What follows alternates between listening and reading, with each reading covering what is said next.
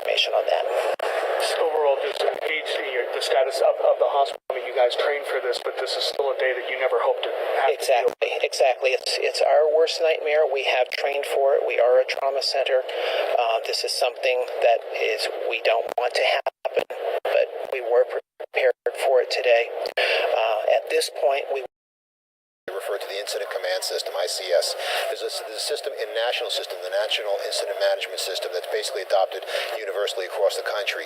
They set up response teams for critical incidents. They have an incident commander, resources, and every single part of the puzzle, whether it's here, the police department, fire department, emergency services, hospital, they're all on the same page, and that is so important. That saves lives in every single case that we experience, unfortunately.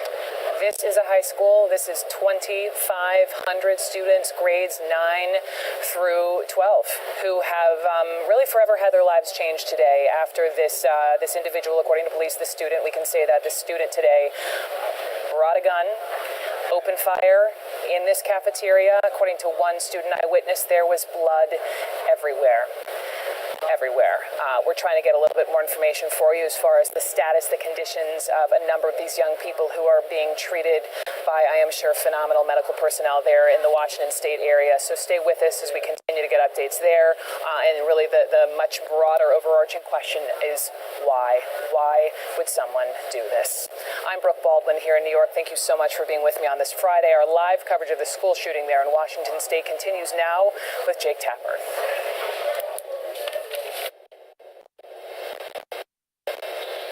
Welcome to the lead. I'm Jake Tapper.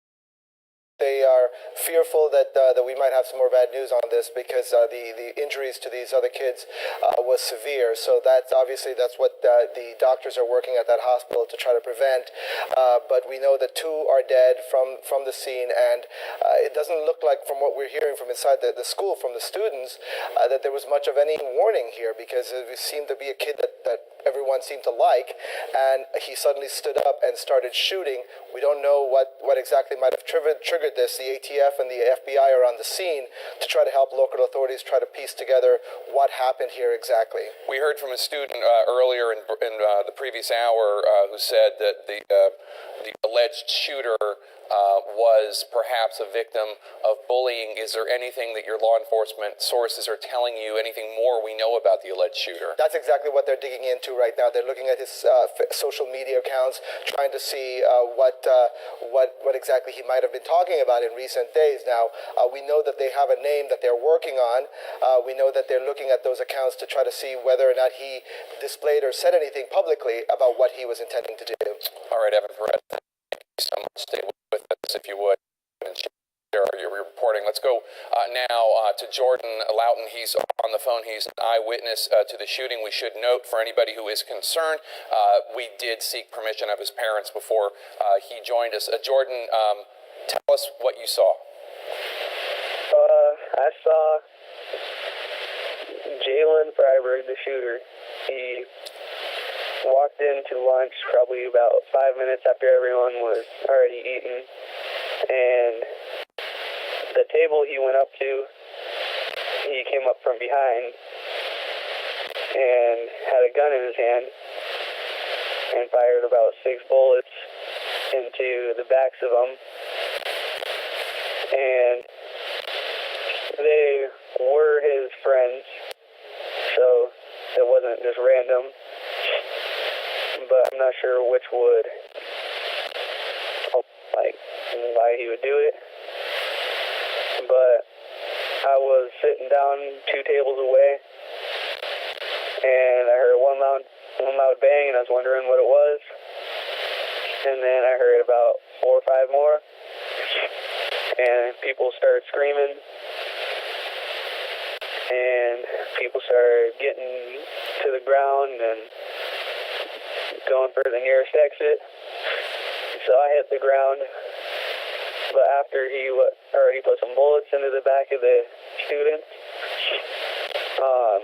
he turned and looked at me and my girlfriend Harley and kind of gave us a smirk and turned around. That was as he was turning around, and then shot more bullets outside. And then went outside and shot more. By that time, I'm out of the school on my way to getting off the campus, and he shot more bullets outside and then shot himself. But through the day, he was carrying the gun in his backpack, and nobody knew about it. And he's just someone no one would have expected it to happen. Jordan, that sounds just absolutely horrific. We're all so glad that you're okay. No child, no young man should have to go through what you and Harley went through. Jordan, stay with us. There's a press conference right now with the police. We're going to listen to that, and then we're going to come back to you if you would stay with us. It is not known, I do not know where the deceased were located. Commander, do you happen to know whether the deceased took his own life or was he shot by police? I don't know that at this point. Yeah. Do you happen to know if the shooter killed the second person that was dead? I don't know that at this point. Commander, do you have any information? Can you discuss if fired any weapons at all? I'm sorry. Do you have any information if any law enforcement officers fired any? Not at this point. I will be, just so you know, I will be going to a command center briefing at 1:30, and I will get further information at that time, and I'll be able to come back at the 2:30 briefing and have more substantial information. Commander, there's been a tremendous amount of reporting on Twitter. I don't know if I can call it reporting, but chatter on Twitter about who the shooter was, what the motive was, how many people have been injured, where people have been taken. Can you just recap what I don't have. we're saying? Yeah. At this point, we are confirming that there are 2 deceased, that our officers have swept the building and buildings, and that we are doing a second check through those, more thorough. And that's basically what I have. I will learn more additional information at the command briefing here at 1:30. Are there any students, as far as you know, who still haven't been able to contact their families or let them know they're okay? I don't know what precisely is happening at the scene at this time. Yeah, we are still in the process of busing students to the reunification location. Commander, can you tell us if the second deceased person is still at the school or have they taken him? I do not know if they have been transported or not. I do know that there were no airlift transports.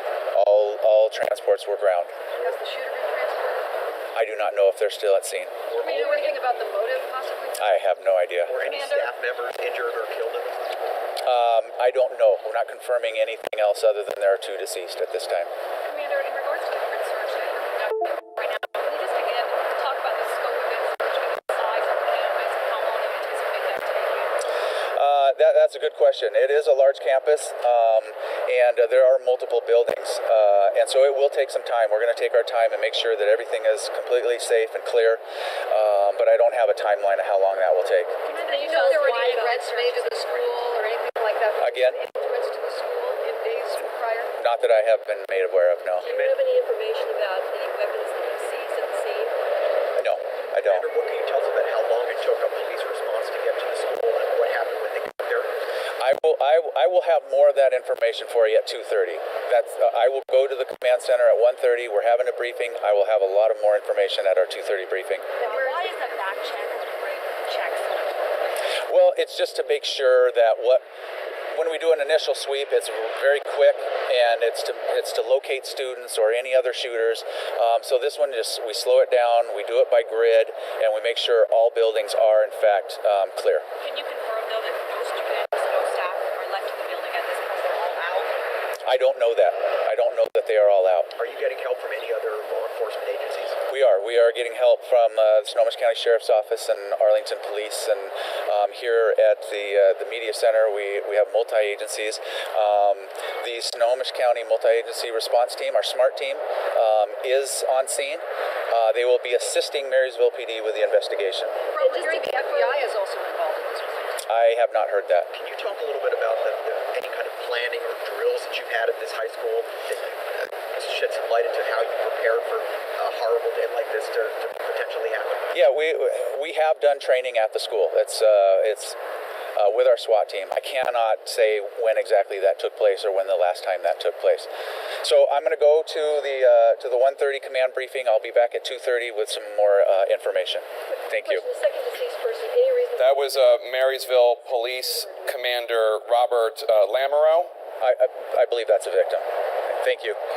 Marysville Police Commander Robert Lamoureux giving a briefing there at Marysville-Pilchuck High School. I want to go back now to our eyewitness, Jordan Luton. Jordan, two things before we start talking. And one, anytime that you want to get off the phone, don't worry about politeness. Just say, I'm going to go now, and that's fine. And we understand you've been through a horrific experience, so please feel free to do that. The second thing is we're not currently going to name the shooter on air, so if you could just refer to him as the shooter, that would be great, just because we're not sure yet that his parents have been notified or anything like that. So that being said, Jordan, if you're still with us, do you have any idea what motive might have been? You said that the shooter killed at least one of the people he shot were his friends. I know a few of them were his friends, and I have no idea what his motive was, because yesterday at football practice he was all fine, we were talking, having a good time, and then today just horrible. I don't know what went through his head or So you what said, caused him to do it. and you said that this initially took place in the cafeteria. He took a gun out from his backpack? Yeah. And then he fired, and then you said he went outside and shot other people. Outside where? Outside the school building? Outside the cafeteria building. Outside the cafeteria building, so just in the general area. I know that's a big campus on Marysville-Pilchuck High School. So just outside, he shot other people outside, or at least he fired his gun outside? He fired his gun outside. I'm not sure who was hit outside or anything. I just know he fired his gun more out there. We know that one person has been killed other than the shooter turning the gun on himself and killing himself, and that 4 others have been taken to hospitals, 3 of them with critical head wounds, and they are currently in surgery at Providence Medical Center in Everett. The 4th, the wounds were apparently not as serious. That person is at Harborview Hospital in Seattle. Are all of the victims, as far as you know, are all of them students? Were all of them sitting at that table? Were there 5 people that he shot at that table? There was probably 10 people or so at the table, and I'm pretty sure he shot at specific people because they were pretty good friends with them, and then after he shot them, he went outside. But you think all the victims that have been either killed or taken to hospitals were at that table? There might be some people that were shot outside that went to the hospital, but I know that there were some at that table. Jordan, if you're just tuning in, we're talking to Jordan Luton, who is a student at Marysville-Pilchuck High School, where there was a horrific shooting earlier today. Jordan, what year are you? Are you a sophomore? I'm a freshman. You're a freshman. Was the shooter, again, without naming, if you would, was the shooter also a freshman? He was. We've heard that he was on the football team and the wrestling team. Is that right? He was on the football team. Wrestling hasn't started yet. Right. Another student told us that he was, and obviously this doesn't excuse anything, but another student told CNN that he had been bullied recently. Do you know anything about that? I'm not sure if I know maybe 2 weeks ago, someone said something racist to him, and then he ended up getting in a fight with them, and gave him a pretty good pounding. Somebody said something racist to him. So the shooter is not white? He's not. He's a Native American. He's a Native American. Okay. How is your girlfriend? You said that you and your girlfriend were hiding under the table, and he looked at you. That must have been terrifying. Are you guys holding up okay? Yeah, it was really, just shocking then, and, the gun bullets almost, shook throughout my body, we were just trying to get out of there, and then just for probably 20 minutes, just been constant tears and everything, and just because he was a well-known kid, he won homecoming prince and out of school, and pretty popular kid, just no one would have expected it from him. And then people who were shot were also pretty well-known, and everything just took us all by surprise. Jordan, we've heard from other parents and students that your school has run drills to prepare for a possible incident like this. Is that right? Not that I know of. This year we haven't. We ran fire drills, but we ain't had a shooting drill or a lockdown or anything. Jordan, I'm going to let you go because I think you need to take some time. This has obviously been a horrific experience for you. We are so glad that you are okay. We're so glad that Harley, your girlfriend, is okay. And what a horrible, horrible thing for any young person to have to experience. Thank you for talking to us. I'm sure I don't need to tell you to hug your mom and dad extra close tonight. Thank you so much for joining us. Thanks. Bye. We're going to take a quick break, and we'll be back with more information about this horrific school shooting in Washington State. Stay with us.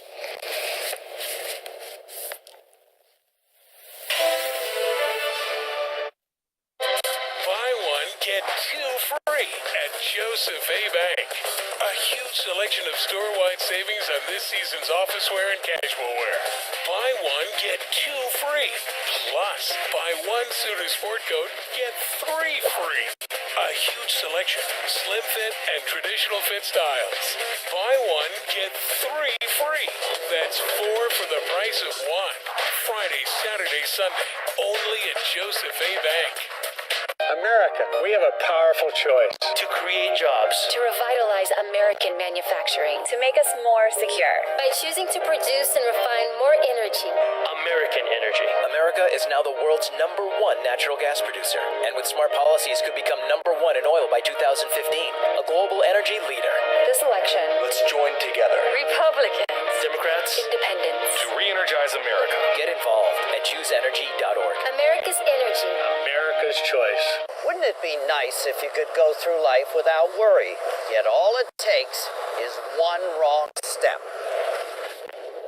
With the Great Call Splash, one touch immediately lets you speak with a 5-star agent. This is 5-star. How can I help you? Using patented GPS, agents will confirm your location and get you the help you need. Plans start at just $14.99 a month, and it's waterproof. Now at Rite Aid, Walmart, and other retailers.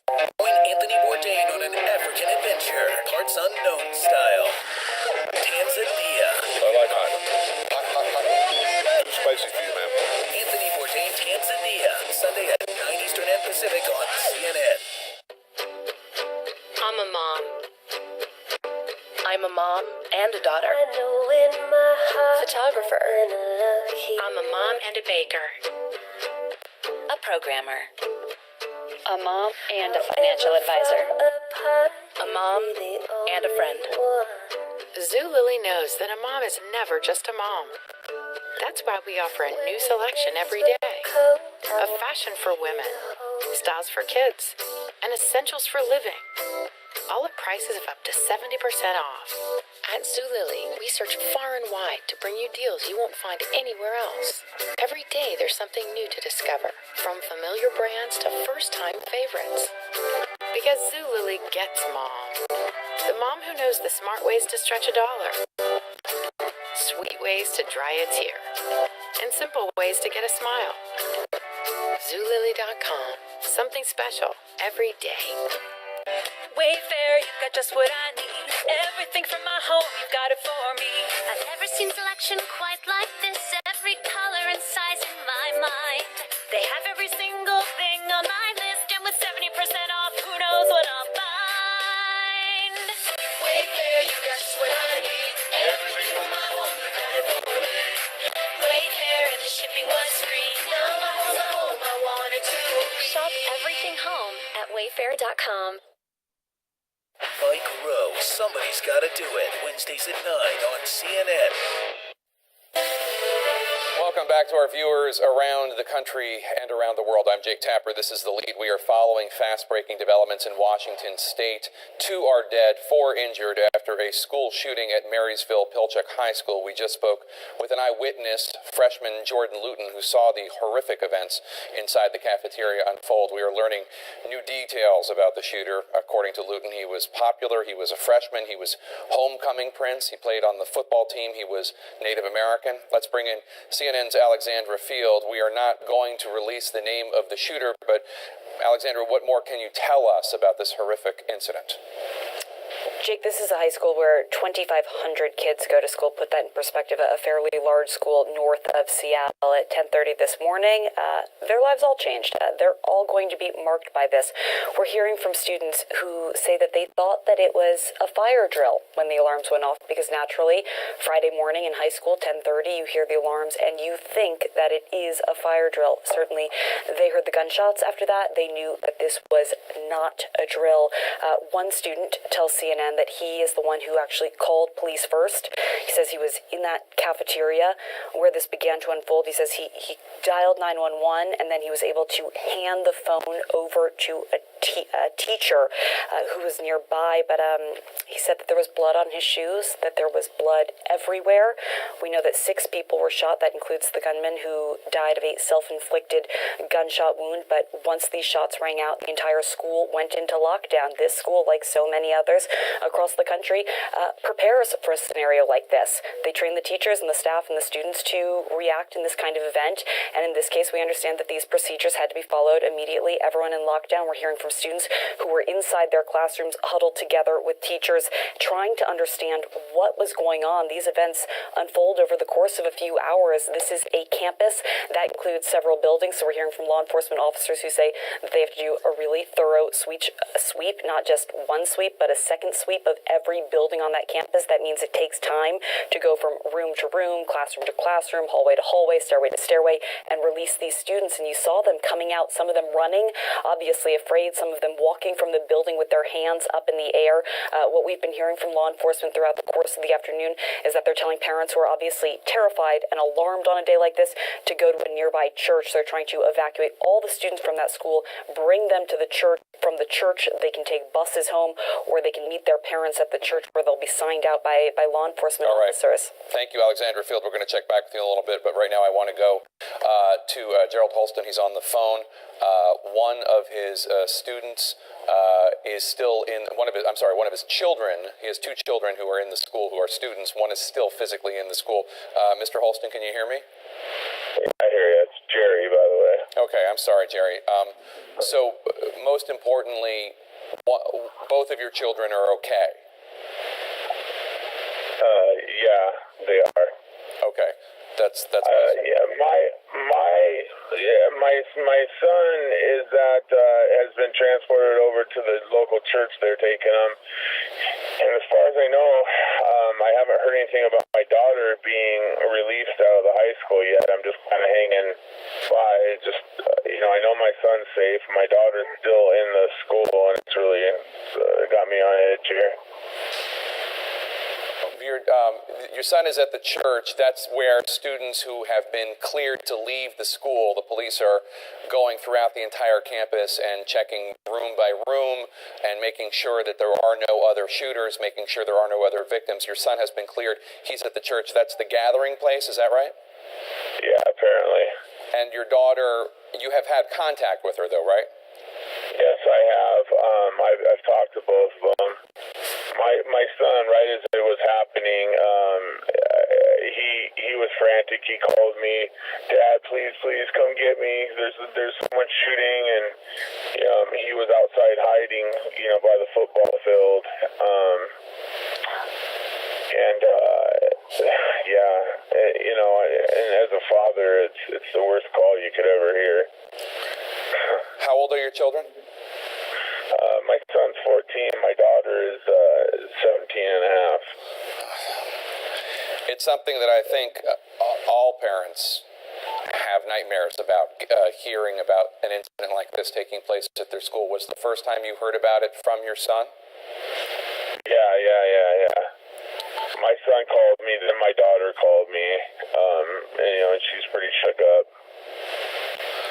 And your son was outside. We heard just a few minutes ago from a student who was a witness said that at one point the shooter went outside and was shooting outside. Hopefully nowhere near your son. Did he hear gunshots in the distance, or was it? I haven't had a chance to totally talk to him a lot. I'll probably know more once I actually talk to him. For people who are not familiar with Marysville-Pilchuck High School or the town of Marysville, it is 45 minutes north of Seattle. Is it a suburb of Seattle? Is it a separate town? Tell us a little bit about the community, if you will. Yeah, we're a good 45 minutes north of Seattle. I wouldn't say it's a suburb. We're in our own town. And I would say 200, probably 2 hour and a half south of Canada. So, all right, yeah. Jerry Holston, we're so glad that your daughter and your son are all right. We're going to go now to Providence Medical Center in Everett, Washington, where we're hearing about the three, we think, students. Wounds, so we felt it was safe for him to go down. They have all survived, and they're in critical condition. Let's listen in. Young man seems to have gotten through surgery and is on this way in a few minutes to the intensive care unit. We're working with families to try to establish identities. So that's the update on the young people. I'll tell you a little bit about the circumstances of their arrival here. We had 4 trauma teams activated, and they were all ready when the young people arrived. They were all brought by land. We had about 25 providers, as I said, 2 neurosurgeons, 2 heart surgeons, a chest surgeon, a vascular surgeon, 2 trauma surgeons, about 15 emergency department doctors. Trauma teams were ready, and they really performed very, very well in a very difficult circumstance. They've drilled for this before. Unfortunately, we've seen these shootings across the country. We had dreaded this day in this community, but we were prepared to handle these kids when they came here.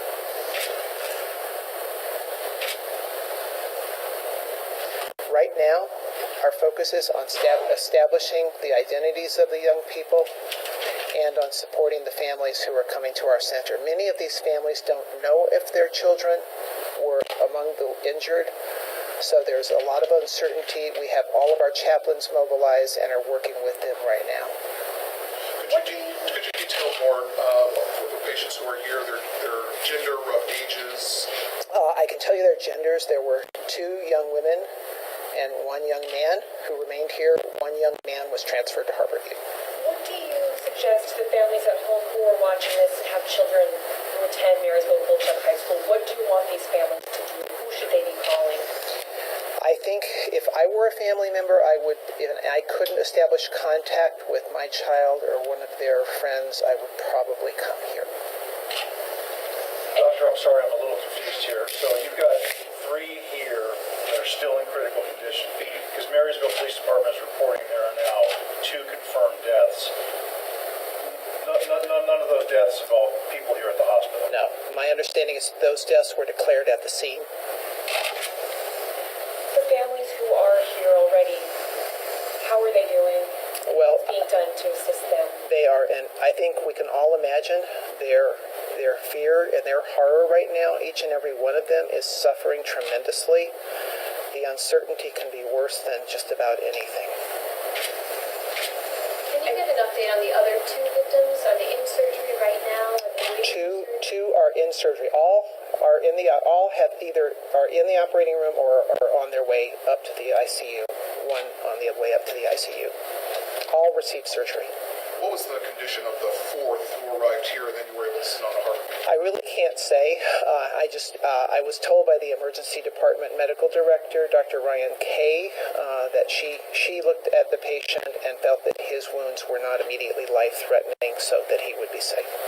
Doctor, do you have any baseline prognosis? I mean, based on what you've seen of the wounds, I mean, how they're doing, how the surgeries have progressed. You said one seemed to do all right getting through and is up to ICU. We won't be speculating. Yeah, I don't know. Could you at least talk about the types of wounds? You said earlier they were all upper body. All three had primary head wounds. Were they all gunshot wounds? I believe so. And just to be clear, all three have head wounds. Primary head wounds. There are some secondary wounds, but primarily head wounds. The one that's been moved to the ICU, is that the male that remained here? Correct. And all four of these people are believed to have been students? I don't know. I know they were all young people. They were all young people, yes. So younger than you would expect. Yes. Yeah. The first responders that you had outside, they've been cleared. What's the process as far as that right now?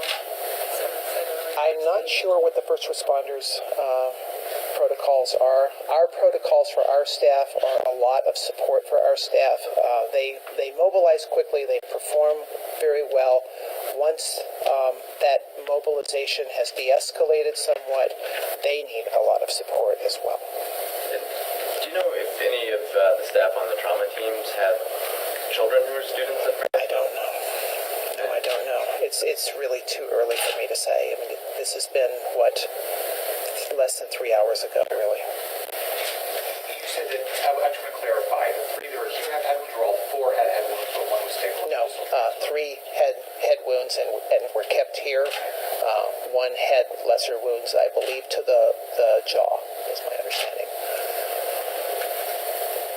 What goes into making a decision about whether to transfer people down to Harborview? We generally think of Harborview as the place where somebody with serious gunshot wounds would end up. Right. So when patients are critically ill, they are taken and to the closest major trauma center. We're a level 2 trauma center. Their survival chances are best when they're brought to the center that can manage their head injuries the quickest. We had 3 neurosurgeons mobilized and ready to go. We needed, frankly, 2 of them. I'm sorry, one more time. You believe that all the injuries were gun wounds, correct? Yes.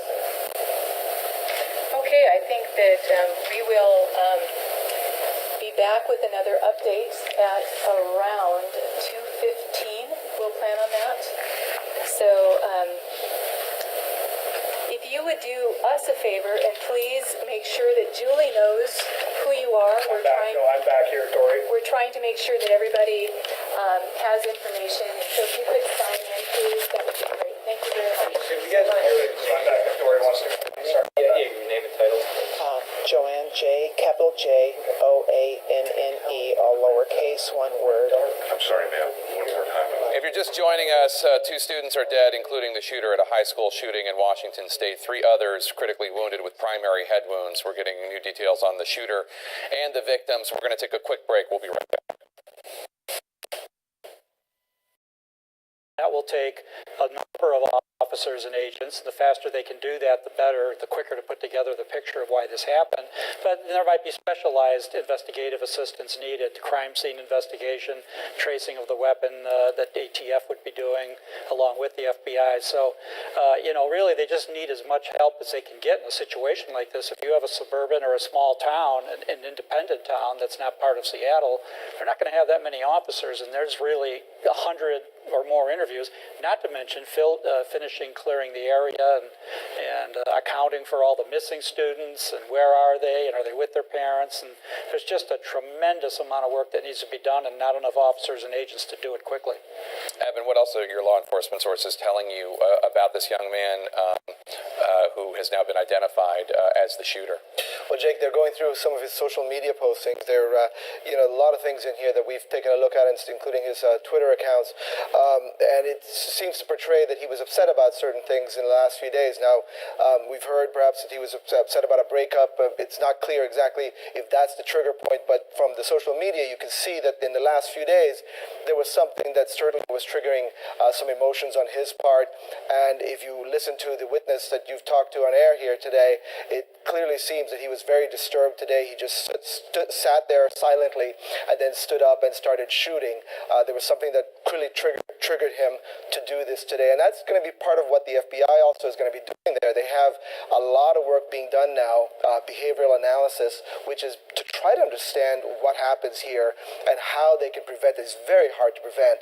And, how to train police and schools to respond to these things, because often these people shoot themselves before police can even get there, as this kid did today. Right, and as we've been covering these school shootings, I've only been at CNN for a year and a half now, and I've already covered more than I care to remember. They do often end. 160 between 2000 and 2013 is what the FBI studied recently in a study they just released. School shootings. Active shootings. A lot of them schools, but workplace incidents and all that type. 160 of these incidents that they've taken a look at. Horrific. We're going to take another quick break. We'll be right back with more on this horrific school shooting outside Seattle.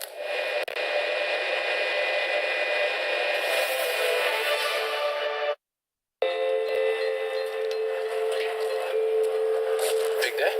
As usual. Moved some new cars. Hauled a bunch of steel.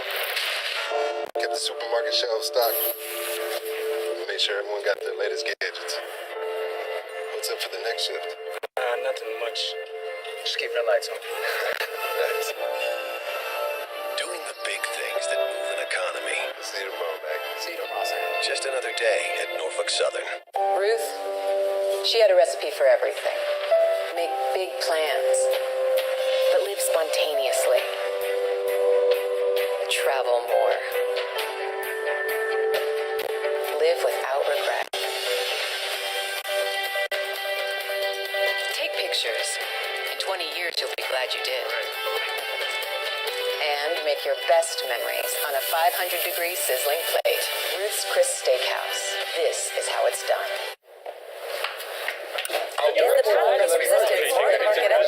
This strategy outlined in the short term can your portfolio keep up with the changing elements? Is that a bad thing?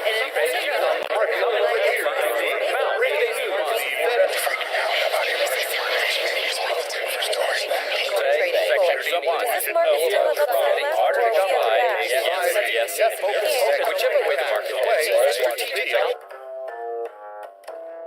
America, we have a powerful choice. To create jobs. To revitalize American manufacturing. To make us more secure. By choosing to produce and refine more energy. American energy. America is now the world's #1 natural gas producer, and with smart policies could become #1 in oil by 2015. A global energy leader. This election. Let's join together. Republicans. Democrats. Independents. To re-energize America. Get involved at chooseenergy.org. America's energy. America's choice. What's the best way to own a room? With confidence and a new look for fall. Now at Men's Warehouse, get 60% off almost all suits and sport coats. Plus, buy one, get one free on almost everything else in the store. Confidence in every look. Only at Men's Warehouse. After winning 10 Gold Gloves, I know when I've made a great catch. That's why for over 10 years I've used Blue Emu. It's made with real emu oil. It's a non-greasy, deep-penetrating formula that works itself down into my joints. And now for those hard-to-reach places, there's new Blue Emu Pain Relief Spray. Odorless, made with an active ingredient for pain relief. It will soothe those muscles and get down into that joint pain. Take it from me, it works fast and you won't stink. Blue Emu, it works for me, it'll work for you. Everybody's talking about it. Everybody's scared. It's the deadliest outbreak of the Ebola virus in history. And to stop it, we need your help now. Children are Ebola's most vulnerable victims. It's killing their families, and it's killing them. UNICEF is airlifting supplies, training health workers, and caring for children and their families. Ebola can be stopped. Donate now at joinunicef.org. Somewhere out there, a high-tech factory is being built, preparing to manufacture world-class products. And it's happening right here in America. At WeatherTech, American workers in American factories are creating the highest quality automotive accessories, including laser-measured, custom-fit floor liners. Order yours today at WeatherTech.com or call 1-800-CarMats. WeatherTech, proudly made in America. This is CNN.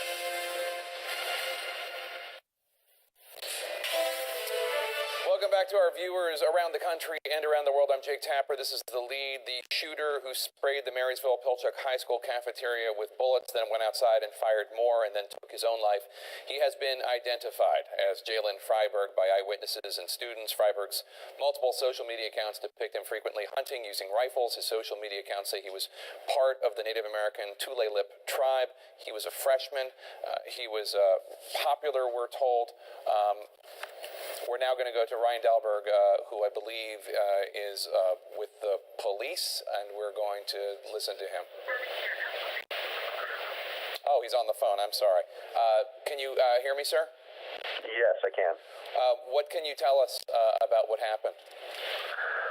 Basically, earlier today, suspect entered Marysville-Pilchuck High School and opened fire. We have several victims at this point. We don't have an exact count, but we can confirm that the suspect is deceased as well as one other victim. We still are trying to piece together exactly how many people are injured at this point. Can you tell us the genders of the 4 students who were taken to the hospital? I don't have that information at this time. Sorry. We spoke with a witness who was in the cafeteria when the shooter, who has been identified as Jalen Freiberg, took out his gun from his backpack.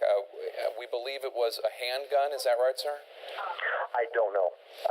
We're still trying to piece it all together from an investigative standpoint, so I don't have knowledge of exactly what type of weapon was used. Were all the victims from that one cafeteria table where he began shooting? I don't know. Okay. We are hearing from affiliates in the area that the family of the shooter has arrived at the school. Is that accurate? I am not at the school. I am at the communication center, and so I don't have any information on who is at the school at this point. Are students still being kept in the school? I know that there was an intense effort by law enforcement to make sure that the entire campus was free of any shooters and going door to door and not letting anybody leave until the room had been cleared. Are there still students being kept at the school, or has everybody been able to go to the church area where students are being picked up? You're correct with your information as far as our slow and deliberate search as far as keeping everyone safe. Right now, everybody's in the process of being transferred to a relocation center to be reunited with family. All right. Sergeant Ryan Dahlberg with the Everett Police Department, thank you so much. We appreciate your time. We're going to take a very quick break. We'll come back and we'll have more on this shooting outside Seattle. Stay with us.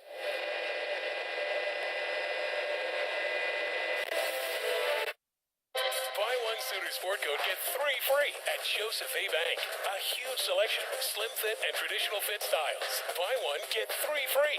Plus, traveler shirts are 3 for $99. Friday, Saturday, Sunday. Only at Joseph A. Bank.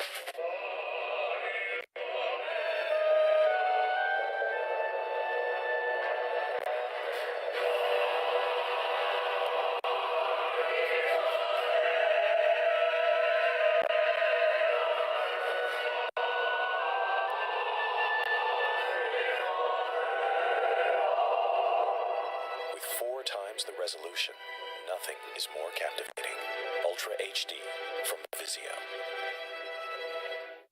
Shopping online is as easy as it gets. Wouldn't it be great if hiring plumbers, carpenters, and even piano tuners were just as simple? Thanks to Angie's List, now it is. Start shopping online from a list of top-rated providers. Visit Angie'sList.com today. Hello, I'm an idle potato farmer, and our big idle potato truck is still missing. So my buddy here is going to help me find it. There we go!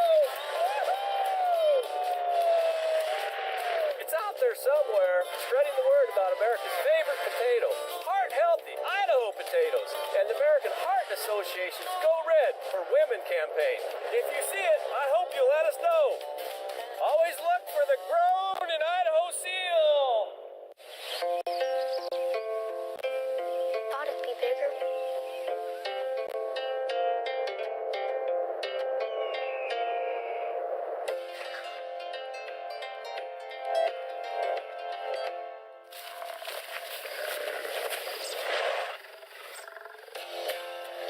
There's nothing I can't reach in my Subaru.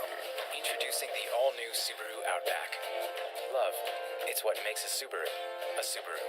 Now, if you have a question about meds, you can speak to a nurse right away. Or if you're injured, get advice from a doctor within minutes. Maybe your grandson fell. 5-star agents are at your fingertips to dispatch emergency services. Only the new jitterbug with the 5-star button can help in all these situations. More than a cell phone, it's a network of health and safety experts who will get you the help you need. Now at Rite Aid, Walmart, and other retailers. You do a lot of things great, but parallel parking isn't one of them. You're either too far from the curb or too close to other cars.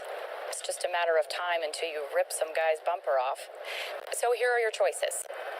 Take the bus or get Liberty Mutual insurance. For drivers with accident forgiveness, Liberty Mutual won't raise your rates due to your first accident. See car insurance in a whole new light. Call 1-888-612-3166. Liberty Mutual Insurance. On the next, This Is Life with Lisa Lang. What do you say to people who call ayahuasca a drug? These are natural plants. This is medicine. Could this be the cure for PTSD?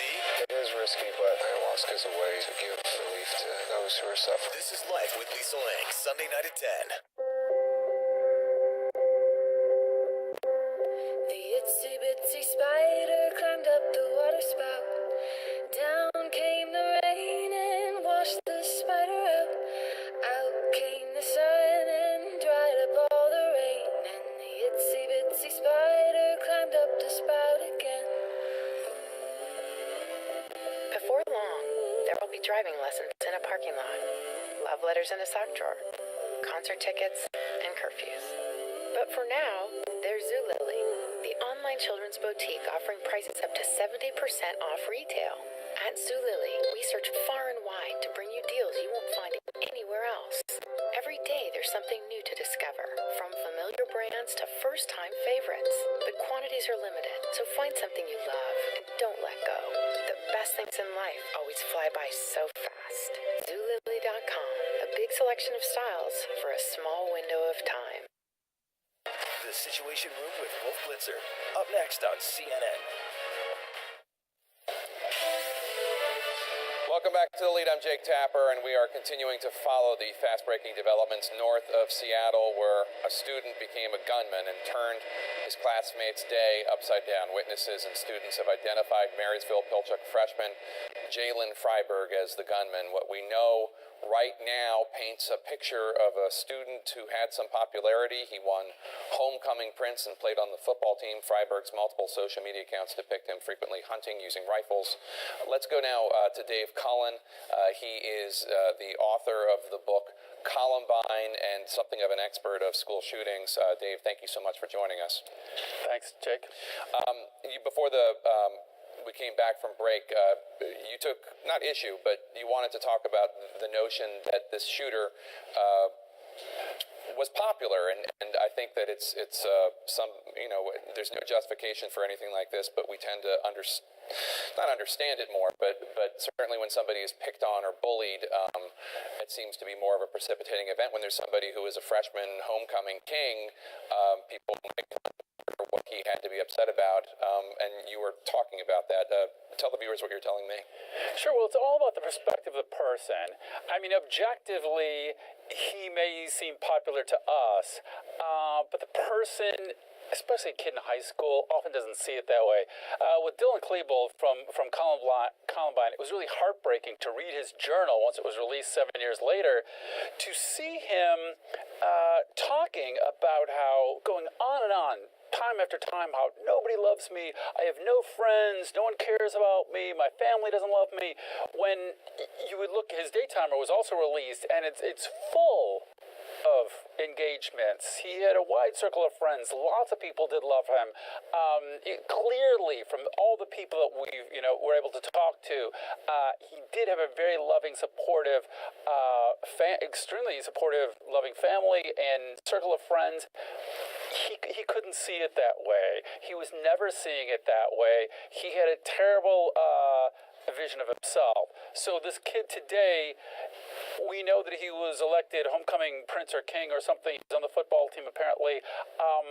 What we don't know is how he saw all that, and was all that, yeah, they elected me, but, or, so we don't know. So frequently in these cases, the person has a much, much bleaker version going on in their own head, and we have to keep in mind that as we learn more and more, we're seeing it from our point of view. I also heard one of the local reporters, just as the tape coming in, saying, perhaps as we learn a motive. I'd really like to caution that idea of a motive. The idea that we're going to get to some answer in capital letters, which, you can say in a sentence, is this is why he did it, is fairly unlikely. It's much more likely to be a complicated cluster of things going on in his life. It's probably not going to be a simple motive. We're going to show an image right now from Instagram of the shooter, Jalen Freiberg. This is his Instagram picture. Probably the best birthday present ever. I just love my parents. I just love my new 17 HMR. This is not the gun he used, obviously, because we know he brought a small gun that was able to be concealed in a backpack. But that's just more information, more social media information that we're getting. How long ago was that, Jake? That posting there. So much. 3 months ago, it says. Okay. 3 months ago. Dave, I want to ask you also something. I mean, something for other students who are watching out there, other high school students or junior high students.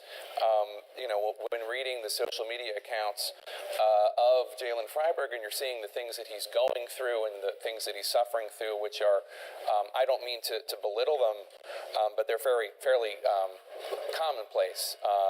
High school can be a very miserable time for lots of people. It was certainly not my favorite 4 years, and I guess what I wonder is the difference. Mental illness is the problem, and I don't want to stigmatize mental illness because there are a lot. Most mentally ill people are not violent. But is the difference between this student getting a gun and shooting people and another miserable student not doing that? That there is obviously an issue that he's having, mental problems, and there isn't the safety network that needs to be there to help him. It often is. And obviously we don't know in this case, but in most of the cases, it is someone dealing with severe depression. The Secret Service did an overwhelming, comprehensive report and found out that most of them were deeply depressed. God, I need to really look. I didn't have time to check the numbers before, but something like 2/3 or 3/4 of them had actually either attempted or talked about committing suicide prior.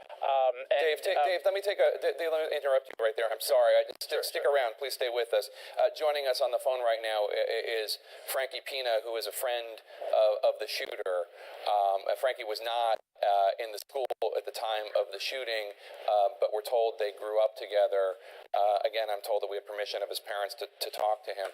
Frankie, this must be a horrific day for you. What can you tell us?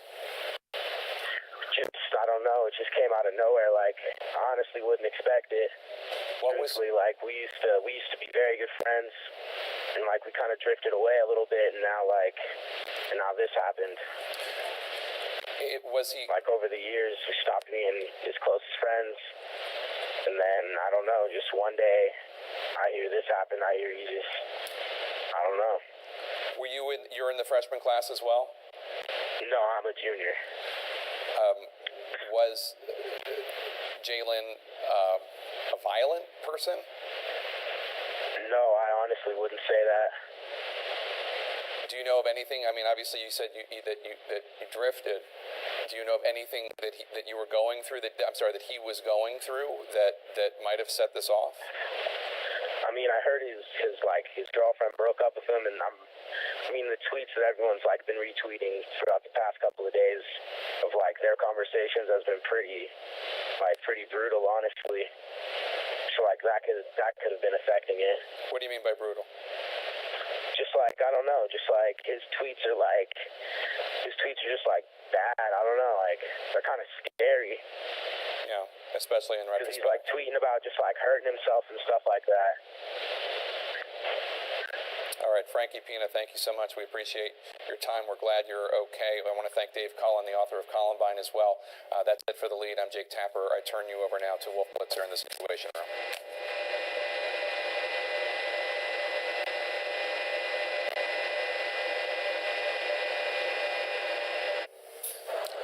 Happening now, breaking news, deadly school shooting, fear and chaos at a high school near Seattle as a gunman opens fire, sending hundreds fleeing.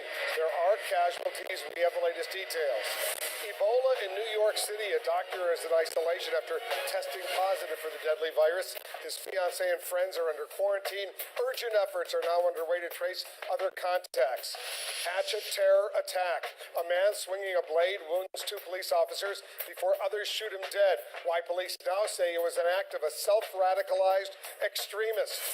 Remains identified. Forensic tests show the remains found in rural Virginia are, in fact, those of the missing student, Hannah Graham.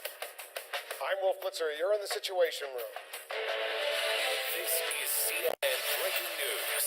And we're following multiple breaking stories this hour. Hundreds of students running in fear from a school under siege. This time in Marysville, Washington State, north of Seattle. A shooter opening fire in a high school cafeteria there, killing 1 person and wounding others before turning the gun on himself. We have new information coming into the Situation Room right now. We're following the Ebola scare in America's biggest city. A doctor who tested positive for the deadly disease is now in isolation in a New York City hospital. His fiancée and 2 friends are quarantined, and a medical SWAT team is deployed amid urgent efforts to track down his possible contacts. Our correspondents and analysts and newsmakers, they're all standing by with full coverage. Let's begin with the latest on the school shooting. CNN's Tom Foreman is standing by with that. Tom? Hi, Wolf. We're piecing together, and at this hour, it's what happened to the school. Here's what we're being told about the alleged gunman by students and eyewitnesses. Jalen Freiberg was a freshman, a football player, and part of the homecoming court. He was a Native American. Classmates say he was into hunting, he was friendly, and he was popular. And this is what we know at this point about the timeline of what happened.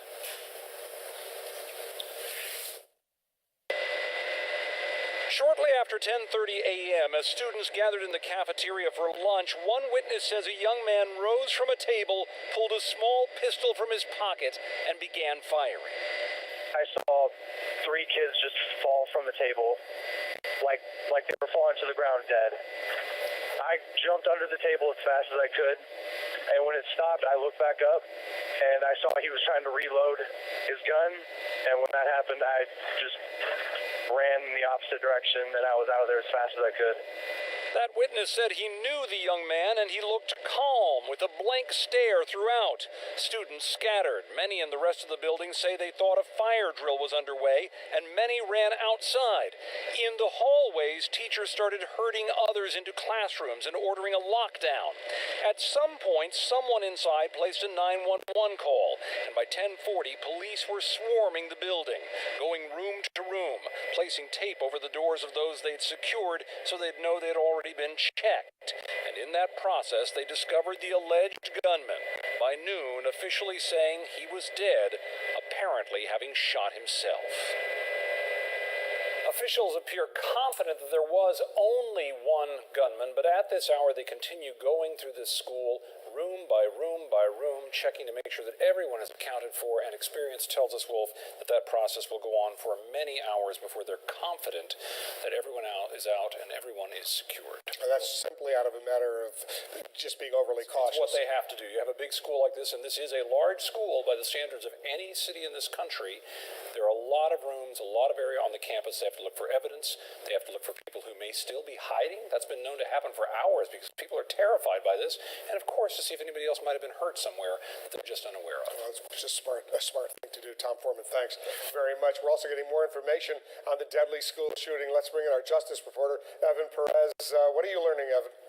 Well, Wolf, we know that the authorities now are trying to trace the handgun that was recovered at the scene and that was believed used by the shooter. It's a .40 caliber Beretta handgun, and the ATF is now doing a trace to try to determine where he got this from. Now, this is an area where a lot of people have guns, so it's not clear whether he needed to go anywhere other than perhaps his own home to get this firearm. But we know from witnesses that he just came into this cafeteria and sat there for a little while and then started shooting some of them his own friends, Wolf. And I take it this is a situation where FBI federal officials, they are being brought in for assistance in dealing with this kind of a crime? That's right, Wolf. I mean, they have a lot of experience on these types of shootings. The FBI is there to try to help with some of the behavioral analysis, to try to look at some of the social media postings of this young man. We know from looking at some of the postings that he seemed to be very upset in the last few weeks, perhaps about his girlfriend. He seemed to be upset with some of his own friends. So there's something that was that appeared to be triggering this, perhaps was building for some weeks, and that's something that the FBI will definitely be focusing on to try to see if there's anything we can learn to try to prevent these types of things from happening again. Which is also smart. Thanks very much, Evan Perez. Joining us on the phone right now, Sergeant Ryan Dahlberg. He's a spokesman for the Everett, Washington Police. Sergeant, thanks very much for joining us. Let's just review some of the facts as we know them right now, and I know maybe this is still a fluid situation. First of all, how many people were shot? I'm sorry, you cut out on me there, Wolf. Yeah, Sergeant, how many people were shot? We can confirm 6 injured, 2 of those being deceased, and the other 4 injured. And one of the deceased being the shooter himself? Correct. And we have confirmed this is a freshman, Jalen Freiberg. Is that right? I don't have official confirmation on the shooter's identity. That's coming through social media. Do we know if all of those who were shot, one student shot allegedly by Freiberg and killed 4 others injured, they were all students, right? No, I can't confirm whether a teacher was shot or not. I don't know. All right. Do you know if they were shot at random, or was this a deliberate? Or were they targeted? I don't know if anybody was specifically targeted or if it was random. We're still trying to piece all those details together. And what can you tell us, without mentioning his name, since you obviously don't want to mention his name, because we're getting all sorts of information about the shooter, a homecoming king, if you will. There was active on the football team, a Native American. Can you tell us anything about him, about a possible motive, for example? No, unfortunately right now I do not know a motive. We're trying to piece that together. He is a active student, or was an active student at the Marysville-Pilchuck High School, and at this point we're still searching for a motive ourselves. And you can confirm that the shooter put the gun to his head and killed himself? I cannot confirm that. I don't know. You don't know? Is it possible somebody else killed him? Is that what you're saying? I don't know, sir. I have not received any of those type of details one way or the other. We're getting some pictures in from the school. Police are still going in there. What is going on there now? Is there an active search, possibly for someone else? Yes, basically a back search is standard procedure. Our initial teams will go in, and if there is a threat, they'll address that threat, and then once that's taken care of, then they'll move to escorting any injured people out of the building. Once that's completed, our teams will go back slow and methodical and do a very, very thorough and careful search just to make sure that the building is safe. And to make sure that no one is, out of fear, still hiding there in a closet or in a room someplace, right? That's correct, sir. And this is being done out of an abundance of caution, as they say. Correct. You're correct. There's no hard evidence that there may be someone at large, another shooter or another suspect at large, right? That's correct. Yeah, we take all precautions we can to make sure everyone is safe.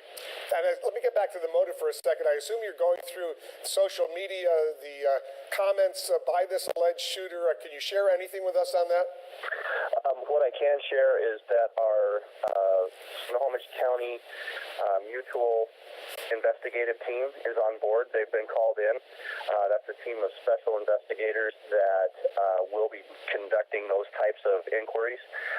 And it's a team that all agencies in this area put together or contribute to, and they have specialized training in homicide and serious event investigations. We're told by sources that federal law enforcement is now tracing a Beretta 40 caliber handgun. Is that the weapon that was used? I don't have any information on what type of firearm was used in this incident. I'm sorry. And you have no idea where the shooter got the gun? And none at all. Sorry. What is there anything else you can share with our viewers, Sergeant Dahlberg? Not at this point. I know Commander Lamoureux is going to be doing an additional press conference probably in about 20 minutes, and hopefully he'll be able to add a little bit more from there. He was just up at the scene, I don't know, about 20 minutes ago or so ago. So he'll be addressing the media at about, 1:30 our time. It'd be 2:30 your time. That would be 5:30 here on the East Coast in about 20 minutes or so from now. Okay, Sergeant Ryan Dahlberg with the Everett Police. We'll stay in close touch with you. We'll, of course, cover the news conference with the police chief at the bottom of the hour. Tom Fuentes is here with us, former FBI Assistant Director, our CNN Law Enforcement Analyst. What do you make of what's going on right now? Well, it's another one of these mysteries, really. What was going on in his head to make him decide to go to that school? These type of issues in somebody's brain usually brew for a while, and then each thing that they think they were wronged or disrespected adds on top of another, and finally they decide to take action. Obviously, he planned this. He brought the weapon hidden in a backpack to school, walked around the school all day, and from what earlier witnesses said, it sounded like at the cafeteria, he went specifically to the people that he initially shot, went up to them from behind, shot each of them in the back or the back of the head, as if he had been stalking them. And they were identified as friends of his. So we don't know what he was thinking or why or what kind of delusion he had as far as what people thought of him or what they were doing to him to cause him to believe that he had to take this action against them. And so based on these initial, and let's repeat the word initial, eyewitness accounts, because this could change, he didn't just randomly start shooting at some people. He deliberately targeted individuals. Yeah, this is from someone who knew him, said he knew that these individuals were friends of his. He knew them to be close to him, and that it appeared to him that when he came into that cafeteria, he went to the victims, picked them out, and shot them, that it wasn't just that he was wildly shooting at anybody that went by. Yeah, it's a very weird dish like this. The shooter is disgruntled, angry, no friends, loner, all that kind of stuff. In this particular case, this individual is described as someone who's popular, football player, homecoming king, freshman, and all of a sudden this happens. We're going to get some more information. I want you to stand by. Tom Fuentes, we're going to hear from a witness, an account of the deadly school shooting just north of Seattle, Washington. Also speak with the Washington Congressman Jim McDermott. Plus, the Ebola scare in New York City. A doctor is now in isolation after testing positive. His fiancée and two friends are in quarantine. Authorities are now scrambling to locate others he may have contacted.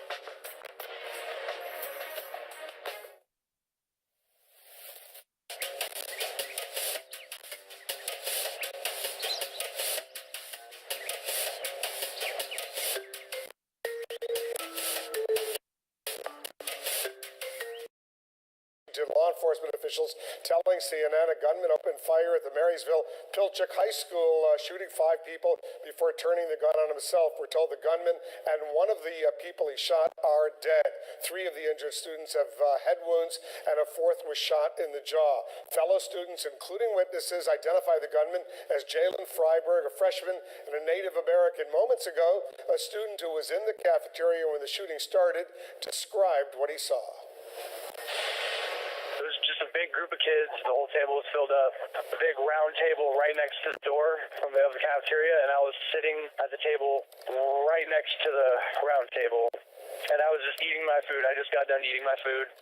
And he was quiet. He was just sitting there. Everyone was talking. All of a sudden, I see him stand up, pull something out of his pocket. And at first, I thought it was just someone making a really loud noise with like a bag, like a big loud pop, until I heard 4 more after that. And I saw 3 kids just fall from the table, like they were falling to the ground dead. The student says he jumped under the table, managed to run out of the cafeteria when the gunman stopped to either reload or that gun jammed. Joining us now here in the Situation Room, Congressman Jim McDermott of Washington State. Congressman, what are you hearing? What are your folks there telling you about what happened at that high school? Well, I'm really only privileged to know what's coming on the official media. I don't have any information from law enforcement people or the FBI or anybody else. I know what you know. Tell us about this area. You know the area well. Tell us about the high school. What kind of people live in that area? Well, you know, it's not a stereotypical place you'd think something like this might happen. You might think it would happen in an inner city school, something like that. This is an urban, rural area, lower middle class people living out there. It is not an area with lots of urban violence that you might be accustomed to in other places.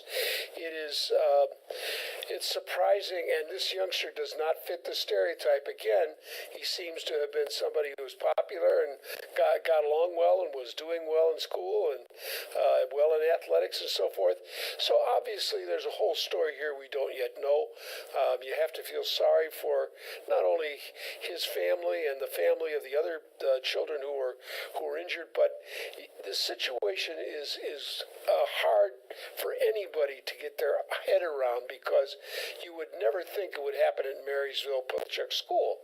I mean, you could think, well, in Chicago or someplace like that maybe, but not out here.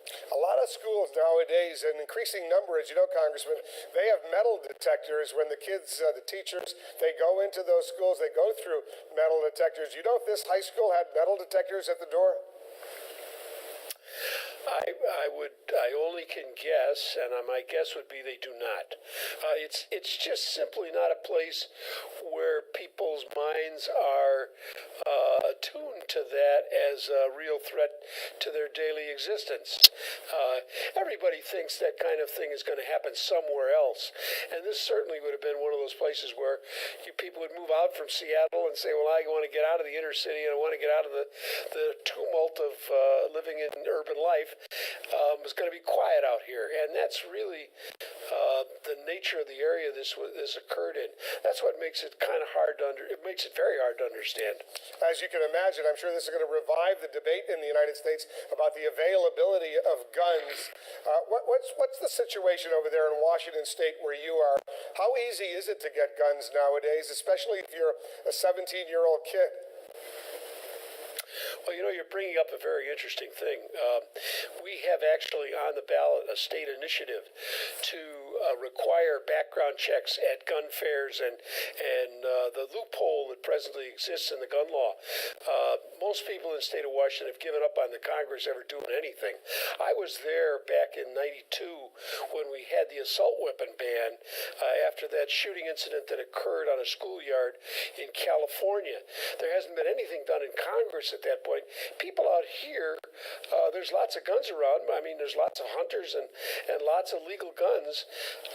and people don't feel like there's any interest in the Congress to do anything about restricting or requiring gun locks. We've had some proposals made in the state legislature, but they've never been able to get the votes. The NRA controls this area as well as they do the Congress. All right, Congressman, our deepest condolences to everybody out there near Seattle and Washington State. A horrific situation unfolding there. Congressman Jim McDermott, a Democrat from Washington State. Thanks very much for joining us. We've got an eyewitness to what happened. Rachel Heichel, a freshman at the school, at the high school, is joining us.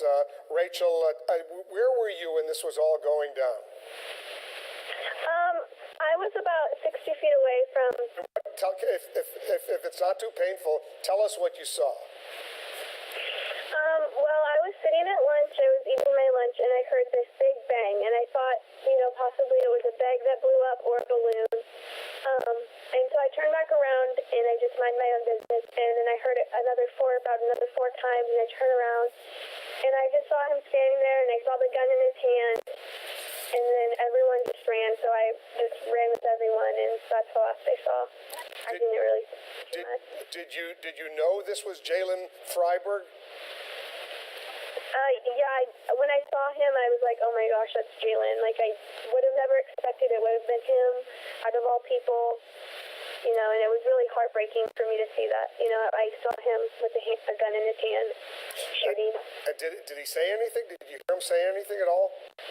I didn't hear, all I heard was people screaming, run, get out of here, let's go. I didn't hear his voice specifically, no. What was, you knew him, so tell us a little bit about Jalen Freiberg. Jalen Freiberg was a really nice person, and he was a person who was always, he always liked pleasing people, and he, was a people person. He really liked his friends. He was athletic, very athletic. He was just a really nice kid and all-around good person. So this must be shocking. Did it look like he was directly aiming at individuals, targeting young students, or was he just shooting randomly? Did you have a sense of that, Rachel? I didn't specifically see it, but it did look like he was pointing the gun in a certain direction. It did look like that? Yes. And then he pointed the gun at himself and killed himself. Did you see that as well? No, I was out by then. I didn't see any of that. And without mentioning anybody's name, because we're not ready to name any of the victims, did you know any of these kids who were one of them we know was killed, the others were injured? Yes, I did know them. And these were friends of his, or these were acquaintances? Without mentioning any names, what were they like? They were friends of, I believe they were friends of his, yes. They were, I thought personally that they were good friends and good people, just like him. They were all very nice people and people who you could always go and talk to. They were open, very open. We're told he was the homecoming king, is that right? Yeah, he was the freshman homecoming prince. Homecoming prince. So tell us what that means in your high school.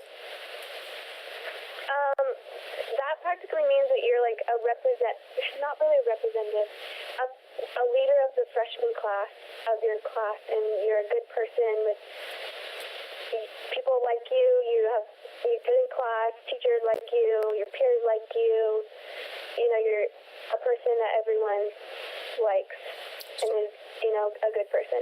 So, Rachel, you must be stunned by this, given his background, that he was well-liked, he was popular, he had a lot of friends, and all of a sudden you're in the cafeteria, you're all having lunch, and then all of a sudden he opens up fire and starts shooting at fellow students who you believe were friends of his. How are you doing, Rachel? I'm doing all right. It's really hard to know that, a person who I knew of and I was friends with, and that they would do this. It's really heartbreaking, but I know that, it happened, and it will just take time it'll just take time. It'll take time to heal. Everybody's going to it's going to take a lot of time. All right, Rachel, good luck to you. Good luck to all your friends, your family there. Thank you very much for sharing your eyewitness account, Rachel Heichel, a freshman at this high school, where a fellow freshman went out there in the cafeteria and started shooting at fellow students and eventually shot and killed himself. Coming up, we're going to have much more on the deadly school shooting just north of Seattle. We're going to bring you details as we get them. Also, a New York City doctor in isolation after testing positive for Ebola. His fiancée and friends, they're in quarantine. Authorities now scrambling to trace other possible contacts. Stay with us. You're in the Situation Room. Buy one, get two free at Joseph A. Bank. A huge selection of store-wide savings on this season's office wear and casual wear. Buy one, get two free. Plus, buy one suit or sport coat, get three free. A huge selection, slim fit and traditional fit styles. Buy one, get three free. That's four for the price of one. Friday, Saturday, Sunday, only at Joseph A. Bank.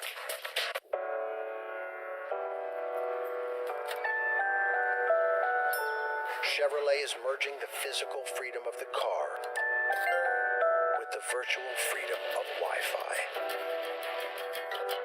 Chevrolet, the first and only car company to bring built-in 4G LTE Wi-Fi to cars, trucks, and crossovers. Hi, Mom. You made it! It's the new independence.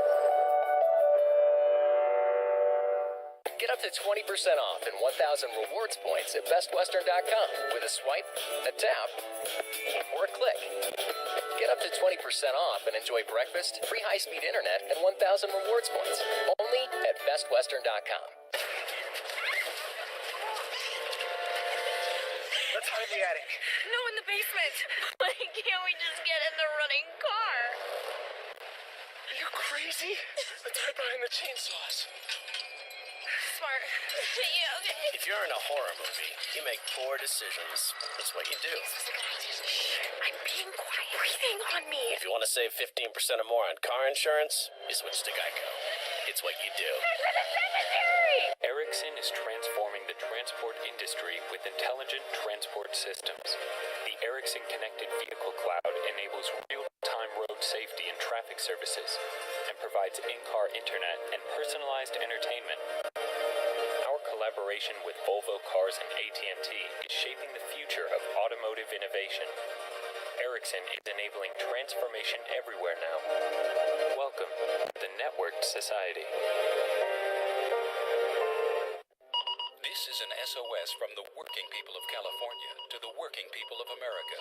Save our states. Wall Street billionaires have convinced President Obama there's a worker shortage. Now President Obama's pushing to double immigration and allow in 2 million more people a year to take jobs. He even wants amnesty for 6 million illegal aliens who'll take jobs too. If our own president won't stand up for us, who will? Ask your senators where they stand. Paid for by Californians for Population Stabilization. Keeping 1 billion customers a year flying means keeping 7 billion transactions flowing. And when weather hits, it's data mayhem.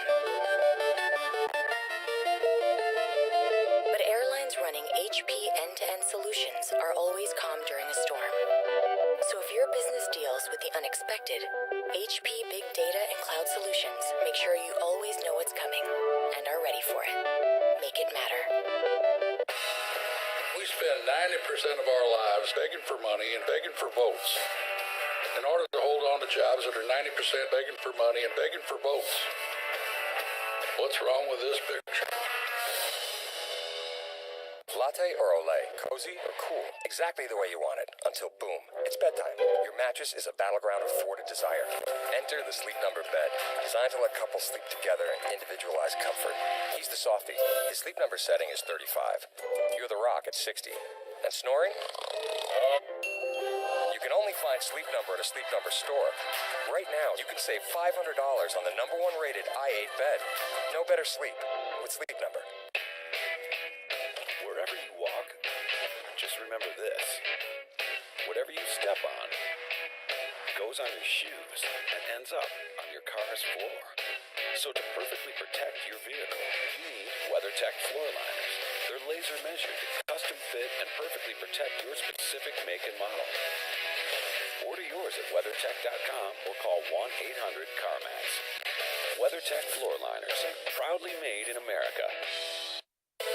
We're following multiple breaking stories right now. We're standing by for a police news conference on the school shooting near Seattle. Stand by for that. But look at this. There's breaking news in New York City right now. Police have been put on alert against what are called random attacks after 4 police officers were rushed by a man swinging a hatchet. 2 of them were wounded. The other 2 shot and killed the attacker. We're going to have much more on this story coming up, but I want to go to Washington State right now. That news conference, the latest on what happened in that school, happening right now. Mayor John Nearing with the City of Marysville. Obviously, we're deeply saddened by the tragic events today at Marysville-Pilchuck High School. There's really no words to describe this type of tragedy. It's our priority right now to stand with the families of those that were directly affected from this, as well as with the families and the students of everybody at Marysville-Pilchuck High School who went through this tragic event today. I do want to thank several folks here. Executive John Lovick's been here since the start, and representatives from Governor Inslee's office, as well as Senator Cantwell, Senator Murray, Congressman Larson's office as well. The Governor Inslee, I believe I mentioned that. Sheriff Ty Trineri has been on site since the beginning. We've received great partnership from the Sheriff's office and from all sorts of surrounding communities that have offered their support. And I also want to say that I've been in close contact throughout the morning and the afternoon with School Superintendent Becky Berg, who's asked me to read a statement, which I will read here in a minute, as well as the chairman and vice chairman and members of the board of the Tulalip Tribes. And so we're all working together as a team. Of course, our first priority was to get the kids home safely and reunited with their families. We'll try and get you guys information as quickly as we can. And I want to thank the Marysville PD doing an outstanding job in taking care of the first priority, which was getting the kids out, and also now responding to what needs to come next. And I would also like to read from the school superintendent this message that she asked me to send. And she'll be here later, but obviously her priority right now is being with the families and those involved. On behalf of the Marysville School District, staff, and teachers, I want to extend my thoughts and prayers to the families involved in this tragedy. When something happens to one of our children, it happens to all of us. Student safety is our top priority, and we're working closely with local law enforcement in everything involved. And again, that's from Superintendent Becky Berg. So thank you for that, and we'll be continuing to update you as the day goes on. Thank you. We will be coming back at 5 o'clock and having another update. Will be our next update. We will have additional folks here to answer other questions or provide information. Can you timeline? You said 10:39. Give us a timeline. You know what? I'll have to put that together and get that to you at 5 o'clock. I have not put together a timeline. Can you explain how the shooter died? Is that true or We are not confirming any type of weapon that was used at this time. It's very early in the investigation. We want to make sure we do things right. Can you explain how the shooter died? Don't have that at this point. Who was the female victim? I don't have that. Don't have any idea who the female was. Can you explain how the shooter died? Yeah, the shooter died of a self-inflicted gunshot wound. To the specific body? I don't know that. Can you tell us the relationship between the shooter and the female victim? I do not know if there's a relationship. Were all of the students, were all of the victims shot in the cafeteria? I believe that is the case, yes. Is the female victim a student? Yes. Can you walk through kind of a narrative of what happened in the cafeteria as far as your understanding, right? You know what? I don't have real specific details, so it wouldn't be a good idea for me to put those out there at this time. Hopefully, we will have another command center review before the 5 o'clock, and we'll see if we can get some of that information. What is happening right now? Right now, the Snohomish Multi-Agency Response Team, that's our SMART team, is on scene, and they have taken over the scene, and they are interviewing witnesses at this very time. Approximately 30 students and staff. It is possible. We're not ready to do that right now. As far as what happened, can you say anything about the relationship between the students? What unfolded, or was this a random act? I don't have that information. It's too early in the investigation to try and figure out what the relationship was. Can you tell us what the students That's something I can find out for you at 5 o'clock. There was a school resource officer that was assigned. He was on duty at the time. He is the one that put out the active shooter call that got things rolling. All right, so folks, we'll be back. We'll be back at 5 o'clock. I appreciate it. We'll be back just in a little bit.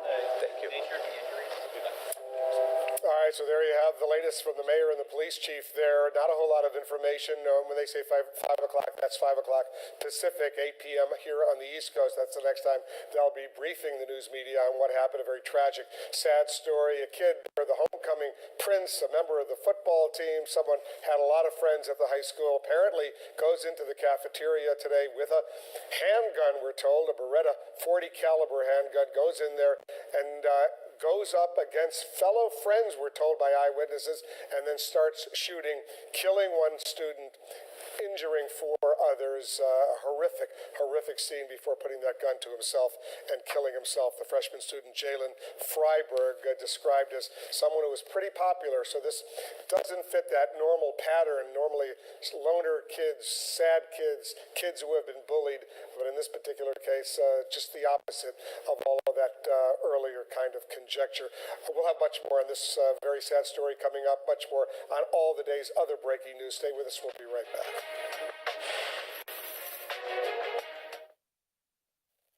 It's the Buick. Sir. Buick. Where's the Buick?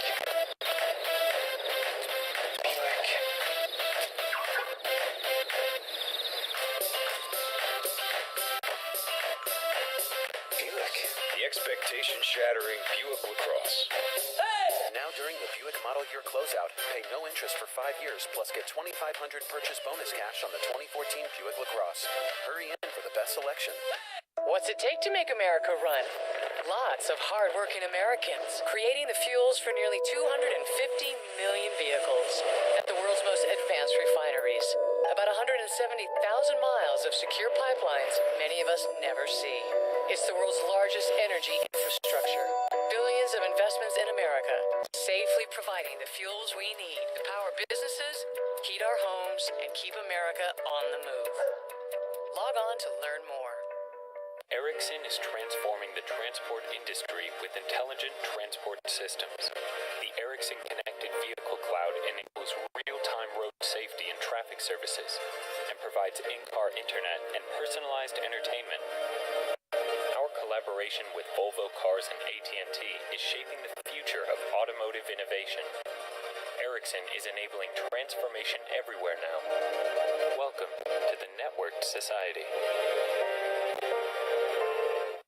An important message for Americans eligible for Medicare. The annual enrollment period is now open. Now's the time to find the coverage that's right for you at the right price. The way to do that is to explore your options. You can spend hours doing that yourself, or you can call Health Markets and let us do the legwork for you with no cost or obligation. We'll search a variety of plans from nationally recognized companies to find the coverage that's the best fit for you at a price that fits your budget, and we'll do it at no charge to you. You can talk to us over the phone since representative in person. Why pay a penny more than you have to for an insurance policy? In the past 3 years alone, Health Markets Insurance Agency has enrolled Americans in more than 1.1 million insurance policies. Put our free service to work for you at no charge. Call 1-800-683-6594 without cost or obligation. That's 1-800-683-6594. 1-800-683-6594. On the next, This is Life with Lisa Lang. What do you say to people who call ayahuasca a drug? These are natural plants. This is medicine. Could this be the cure for PTSD? It is risky, but ayahuasca is a way to give relief to those who are suffering. This is Life with Lisa Lang, Sunday night at 10. Mary's husband, John, was diagnosed with mesothelioma. She'd seen all the ads on TV, but had her doubts. I was told you won't see any money for years and maybe not even in your lifetime. Joe's mother, Minnie, was also diagnosed with mesothelioma. His family faced similar concerns. We hadn't any idea what we're going to do. But Gory Julian was there for them, helping both families receive significant compensation quickly. It all happened fast. John got to see some of the benefits of it. The first big check, he just kept looking at it like he couldn't believe it was real. The settlement allows my death that he probably would have never expected. If mesothelioma has affected your family, don't wait. Call now. Gory Julian is committed to getting your family compensation quickly. Call 1-800-285-0050. 1-800-285-0050. Are you stuck with a slow computer? Thanks to internet clutter, junk files, and viruses. Well, my friend, help has arrived. MyCleanPC.com. First, the free computer diagnosis at MyCleanPC.com can tell you what's slowing down your computer. And then you simply activate MyCleanPC.com software to help speed up your computer and remove, yes, even viruses. Yes! Bravo! Another save by MyCleanPC.com. Mike Rowe, Somebody's Gotta Do It, Wednesdays at 9 on CNN. We're following multiple breaking stories today here in the Situation Room. In New York City, police have been put on alert against what they describe as random attacks after 4 police officers were rushed by a man swinging a hatchet. 2 of them were wounded, the other 2 shot and killed the attacker. Authorities are now calling it an act of terror. Very comparable. This was a terrorist attack, certainly. A key part of the ongoing investigation. As the police commissioner stated clearly at this point, at this preliminary stage, very early in the investigation, every indicator points to that he was acting alone, self-radicalized, self-directed.